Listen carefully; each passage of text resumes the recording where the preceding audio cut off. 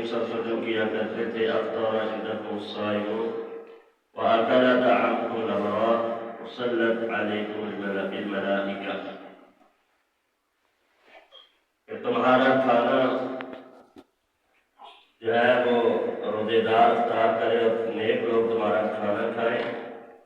اور فرشتے تم رحمت کی دعا کریں اور بھیجے رحمت بھیجے اس کا دور اور اللہ کے طرف سے دیکھے رمضان المبارک کے آخری گھڑیاں ہیں ساعتیں ہیں قسمت ہے وہ شخص کہ جس نے رمضان المبارک میں اپنے رب کو یاد کیا اپنے رب کو منایا اس کے سامنے رویا اور گڑگڑایا اور اعمال کی قبولیت کے لیے دعائیں کی کہ پروردگار ہم گنہگاروں سے راضی ہو جا اور ہمارے اعمال کو قبول فرما لے۔ بدبخت ہے بد نصیب ہے شقاوت میں مبنی زندگی بسر کر رہے ہیں وہ لوگ کہ جن کی زندگیوں میں ماہ رمضان آیا مگر وہ اپنی بخشش نہ کروا سکے اور اللہ کی رحمت سے دور ہو گئے۔ اس مختصر سے لمحے میں کیونکہ نوجوانوں کی اکثریت اس وقت سامنے میں بیٹھی ہے اور تشریف فرما ہے، اللہ تعالیٰ کی ہر جوانی کی بڑی اہمیت بڑی قدر ہے۔ نبی کریم صلی اللہ علیہ وسلم نے فرمایا کہ اللہ تعالیٰ مہلت دیتا رہتا ہے اور مہلت دیتا رہتا ہے یہاں تک کہ بندے کی عمر 60 برس کو پہنچ جاتی ہے، اور جب بندہ 60 برس کا ہو جائے تو پھر اللہ کی طرف سے کوئی عذر معذرت وہ قبول نہیں، مگر اس سے پہلے خالق کائنات موقع دے رہا ہوتا ہے کہ عذر اور معذرت قبول کی جا سکتی ہے۔ تو یہ موقع کون سا ہے، یہ عمر کون سی ہے؟ جوانی کی، اور چڑھتا شباب چڑھتی جوانی تب ہے کہ جب بندہ 40 سال کی عمر پر پہنچے، اور قرآن مجید میں اس عمر کا بھی تذکرہ کیا ہے۔ کل قیامت کے دن اللہ تعالیٰ جو 5 سوال کریں گے ان میں ایک جوانی بھی ہے۔ میں خود بذات خود ایک جوان اپنے آپ کو مخاطب کرتا ہوں اور آپ بھائیوں کی اصلاح کے لیے پیغام چھوڑتا ہوں کہ ذرا سوال کیجئے، رمضان تو گزر رہا ہے، مہمان ہے، ایک دن رمضان کا انتظار کر رہے تھے اور آج رمضان کے جانے کا وقت آ گیا۔ اسی طرح آج اللہ تعالیٰ نے ہمیں فرصت کے لمحات دیے ہیں، جوانی دی ہے، کل ایک دن آئے گا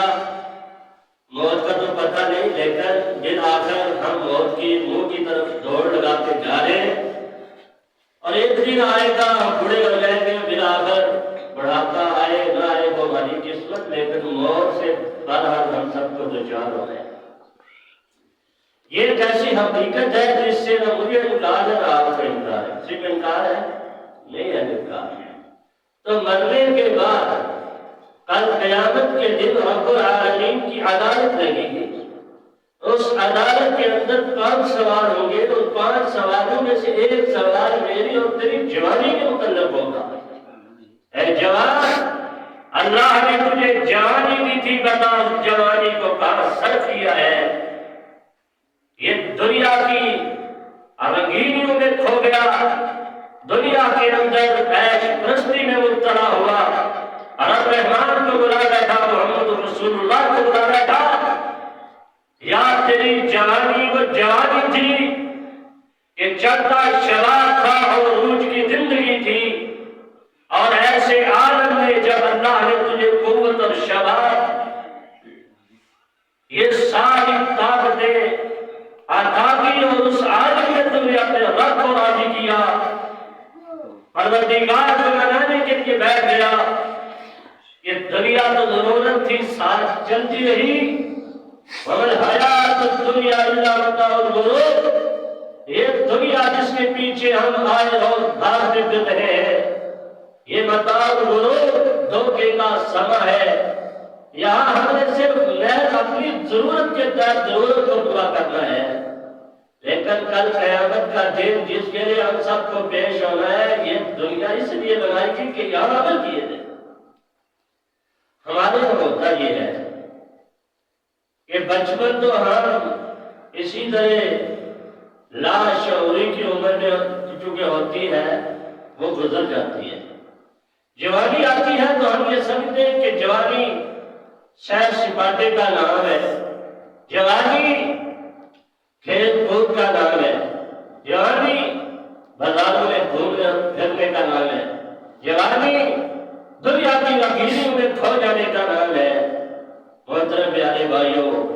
میں اس سے اختلاف نہیں کرتا کہ دنیا کی سہولتیں اور آسائشوں کے لیے انسان سے بدول نہ کرے، وہ آپ کی ضرورت ہے، مگر اگر اللہ رب العالمین نے مجھے حسن و جمال دیا ہے، مجھے جوانی دی ہے، مجھے شباب دیا ہے، میں اچھا لباس پہنتا ہوں، اچھا رزق کھاتا پیتا ہوں، تو پھر اس مالک کے اتقاد کا شکر ادا کیجیے کہ جس مالک نے ہمیں یہ ساری نعمتیں عطا کی۔ لئن شکرتم لأزیدنکم، اگر تم اللہ کا شکر ادا کرو گے مالک تمہیں اور زیادہ دے گا۔ تو دنیا اور آخرت دونوں رب سے مانگ دیجیے کہ کل قیامت کے دن اگر میرا اس سوال کہ اے جوان بتا تیری جوانی کہاں سرد ہوئی، کیا جواب دیں گے اللہ کی عدالت میں؟ آج کے جوان لڑکے اور لڑکیاں وہ فحاشی کی دلدل میں پھنس چکے ہیں اور یعنی زنا عام ہوتا جا رہا ہے، عشق اور محبت کے چکروں میں پڑے ہوئے ہیں اور اسی میں دنیا برباد ہو رہی ہے۔ لیکن کل قیامت کے دن جب جوانی کے متعلق سوال ہوگا تو بتائیے کہ میرے اور آپ کے پاس اس کا جواب کیا، اس کے ہمیں کیا کیا ہے؟ یہ وہ خوش قسمت جوانی ہوتی ہے کہ اگر اس جوانی کے